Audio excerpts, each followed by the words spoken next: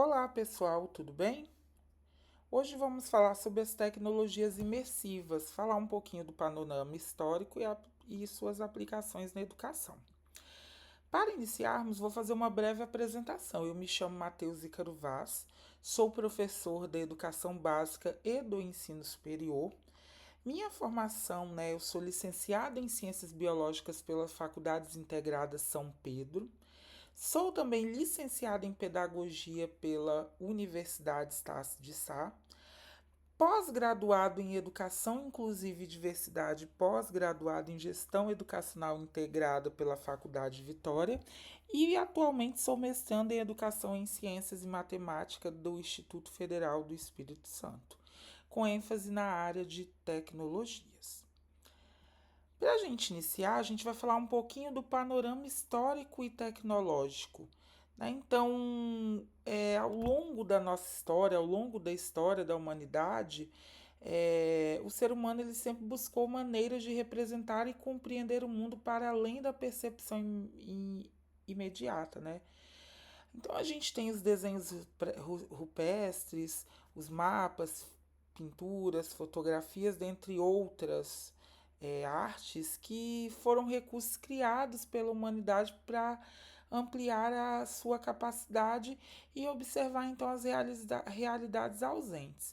Então, dentro desse percurso evolutivo, surge a ideia inicial das tecnologias imersivas, que é permitir que os indivíduos eles experimentem ambientes ou fenômenos que não estão fisicamente presentes, criando então pontes entre aquilo que é real e aquilo que é imaginário. Então, como que nascem essas tecnologias imersivas? Então, a gente vai ter várias áreas diferentes, dentre elas a informática, que faz o processamento de dados e a renderização gráfica avançada. A gente tem a engenharia, que vai buscar aí desenvolver o hardware e os dispositivos sensores. A gente tem a psicologia, que visa aí compreender a percepção humana e a cognição.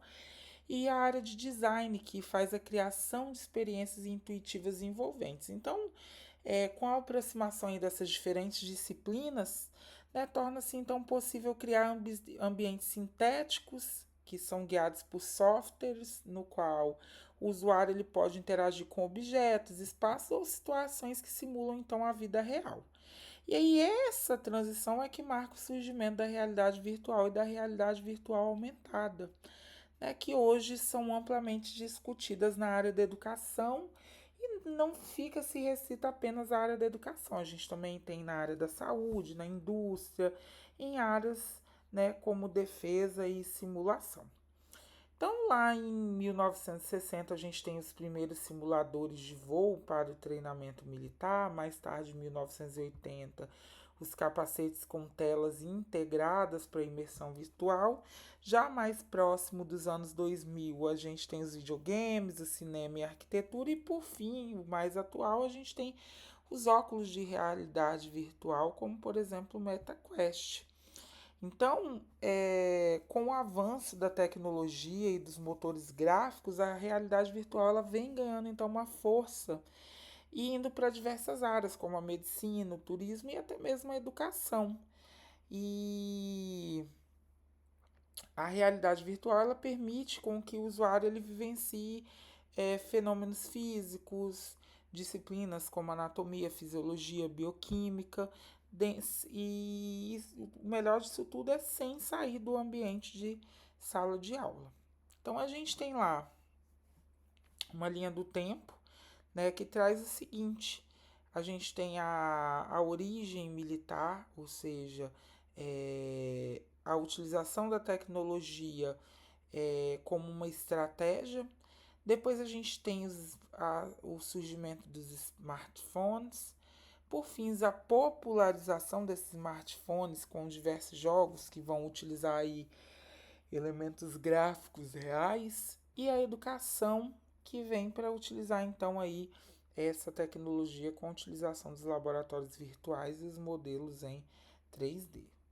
Então, hoje, uma das tendências contemporâneas é o metaverso. Então, a utilização da inteligência artificial, que visa então a personalização e adaptação do aprendizado, a internet 5G, os dispositivos que são vestíveis e a computação gráfica. Então, tudo isso faz parte do metaverso, que são espaços digitais persistentes, onde pessoas podem trabalhar, aprender e interagir como avatares. Eu me lembro muito bem daquele jogo, não sei se alguém que está assistindo já viveu essa experiência. Existia lá por volta de 2005, 2010, um jogo que se chamava Second Life, que era um jogo que era uma segunda vida, uma vida virtual. Então, a realidade virtual ela já permeia a nossa sociedade há um pouco de tempo. Então, quais são os grandes desafios das tecnologias imersivas? Primeiro, a acessibilidade, porque existe um custo alto para que se acesse esse tipo de tecnologia. A questão da formação docente, porque a gente precisa capacitar cada vez mais nossos professores para isso. A ergonomia e saúde, porque a realidade virtual ela pode trazer um desconforto visual, náuseas, dentre outros, e as questões éticas, como dados, privacidade, vigilância e dependência àquela determinada tecnologia. Tudo bem? Na segunda parte da aula de hoje, a gente fala dos fundamentos da realidade virtual, né? E aí a gente precisa definir o que seria a realidade virtual. A realidade virtual, então, ela é uma tecnologia que permite ao usuário entrar em um ambiente digital tridimensional, simulando então a presença física e a interação real. Então, a experiência ela é mediada por dispositivos como óculos VR, sensores, luvas táteis, computadores. E diferente, por exemplo, de assistir um vídeo, a RV coloca o sujeito dentro daquela cena. Então, a realidade virtual ela não é apenas sobre ver, mas sobre estar presente e interagir com mundos que talvez seriam impossíveis. E quais são os componentes essenciais dessa RV? A gente tem o hardware e o software, né, que seriam os componentes. O hardware seria os equipamentos, como os óculos, os controladores, os sensores, computadores, e os softwares seriam as plataformas imersivas, os programas e até mesmo os simuladores. E aí essa integração ela possibilita captar gesto, orientar a visão, medir posição corporal e construir experiências em que o usuário atua como então um protagonista. E quais são os tipos de realidade virtual? A gente tem aquelas realidades virtuais que elas são não imersivas, que é aquela de interação por um computador comum, em jogos ou laboratórios virtuais, a semi-imersiva, onde a gente tem telas panorâmicas ou simuladores que vão envolver parcialmente o ambiente, e a totalmente imersiva, como usuário, quando o usuário ele está completamente isolado do meio físico com o óculos que vai preencher todo o seu campo de visão. E aí, como eu falei, quais são as diferentes aplicações da realidade virtual? No treinamento profissional, né? Na saúde mental, na educação, no entretenimento, turismo. Então, hoje você não precisa, por exemplo, ir a um museu do outro lado do mundo para conhecê-lo. Através da realidade virtual você pode utilizar. Você não precisa fazer uma aula de fisiologia, por exemplo, tendo que, por exemplo, ter uma peça real ali. Você pode imergir o aluno num ambiente imersivo. Então, a gente tem diferentes utilizações.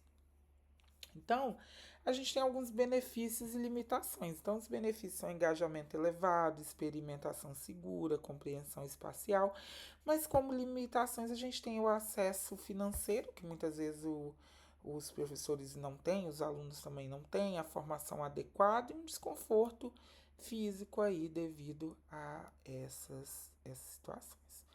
E para a gente finalizar essa primeira etapa, a gente fala também dos fundamentos da realidade aumentada, que é uma tecnologia que se sobrepõe a elementos digitais ao ambiente físico, né, enriquecendo a percepção humana. Então, ao apontar a câmera de um celular para um objeto, o usuário pode visualizar esse modelo em 3D.